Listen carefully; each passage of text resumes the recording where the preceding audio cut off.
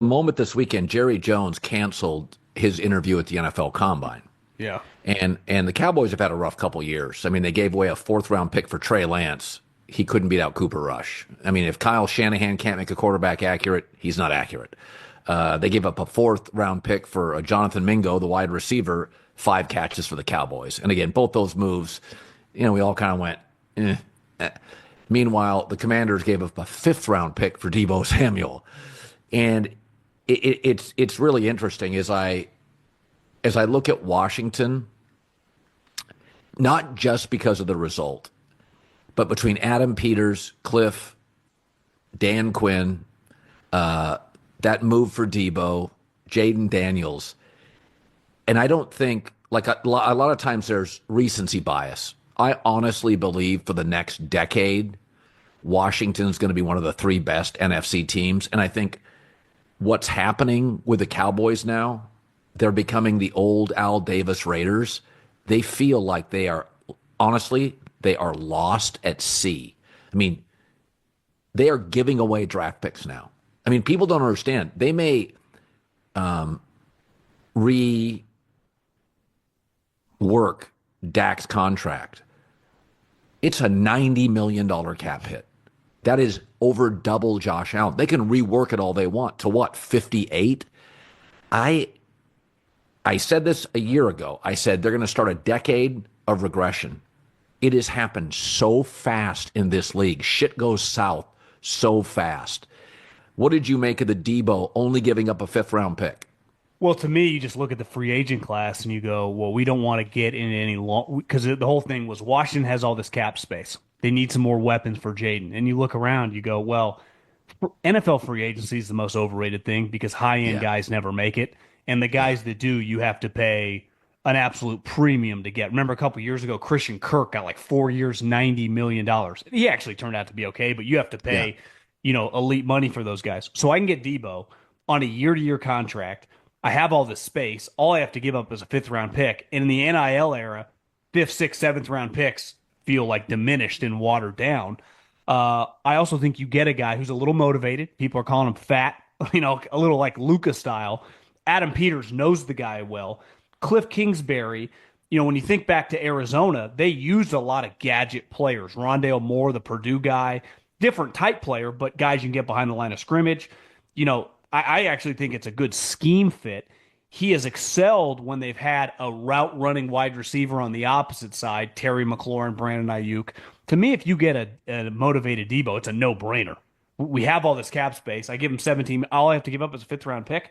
And if you're the 49ers, you weren't going to pay him $17 million here in a couple weeks. So I think it's kind of a win-win. The Niners are moving off. They don't have to eat any of the money. They trade to a team where the general manager was around not only drafting him, but his good and bad moments. So knows his personality. Because that's another thing. I mean, you've been saying it forever. Wide receivers can be a little moody. I mean, they got a little like Hollywood actor to them. They need to be. You have to know their personality. It's very rare to get like a Larry Fitzgerald. Most guys are more Deebo, and Adam Peters knows this player really well. And I think the Jerry Jones thing. How often in any business that if the 80-year-old patriarch of the operation is around, and his name's not Warren Buffett and Berkshire Hathaway, is it a healthy place to be when the guy's hovering? He's made an ungodly amount of money. He does not need to be there, and he's extra hands-on. So you could argue Jerry's ego feels like it's only grown as they've quote-unquote struggled over the last decade relative to some of their big seasons, and they've underwhelmed in the playoffs. It doesn't feel like Jerry's gone, you know what? I'm going to let Steven and Will McKay and my coach take a bigger role. I'm just going to be more of a figurehead. He always doubles down. I'm cutting the check. My name's on that bad boy. I'm involved. I'm a football guy. And he's not wrong. I mean, he played college football. He's been around it his whole life. But unlike a lot of football guys, Jerry is addicted to business. And the business of his team is marketing and all that. And there's just a lot going on with the Cowboys. And, Micah Parsons, you talk about Dak's cap hit. If they do give Micah a new deal and don't trade him, what's that deal? $150 million guaranteed? It's a quarterback contract. Brutal. So there are 3 guys at a combined, like $500 million? It's crazy. I mean, you can't have three different players top of the market when only one of them, CD Lamb, is top 5 at his position in the NFL. It's like, I had a very good year last year predicting, very bad year picking individual games, very good year, picking teams. I got Washington and Denver and some of the upstarts. This year, I think New England is going to be a surprise playoff team. I think the Jets are going to go sideways a little bit. They don't have a quarterback. I think Miami, I kind of think they've topped out a little bit. All the motion and the tricks and smoke and mirrors, I think there's limitations there. I think New England's going to be in play. And my other one is I think Dallas is potentially a 5 or 6 win team with Brian Schottenheimer. I mean, the good news is it's a good quarterback draft. I have to go out and get one. If I was Dallas this year, in fact, I think I heard Stephen Jones say this. I had another person tell me, who I respect, keep your eye on Kyle McCord out of Syracuse in the late second round.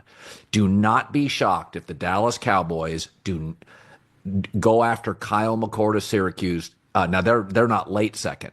I think Dallas may trade down in the second round to get a mid-second pick. I am hearing more and more, and I went and watched him about a month ago, Kyle McCord. Throws a really nice ball, and I thought about this. If he had stayed, because Will Howard completed 61% of his throws at Kansas State. He goes to Ohio State and completes 73% of his throws, if you don't think that matters. If Kyle McCord stays at Ohio State with Jeremiah Smith and Ibuka and the 2 NFL running backs, and Kyle McCord, who's a much better pro prospect than Will Howard. It's not close. Will Howard is like late 5th, 6th. In fact, somebody today texted me in the NFL, he thinks after the combine he's a 7th round pick. I think he had a bad combine.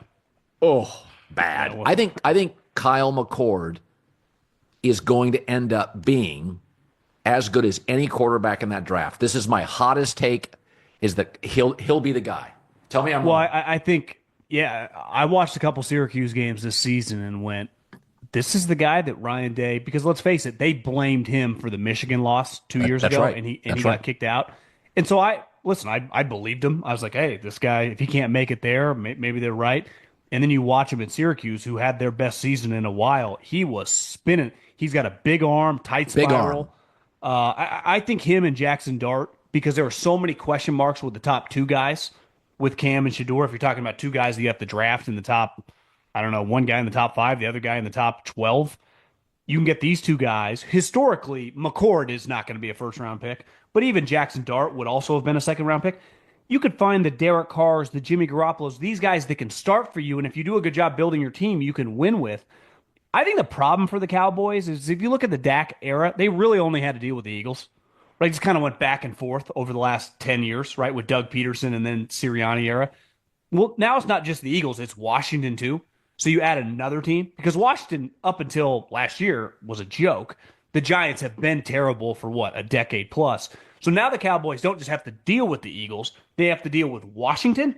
I mean, that's a huge problem. And even if they do draft McCord, Jackson Dart, whoever, let's say they draft a second-round pick, that does nothing for them in 2025.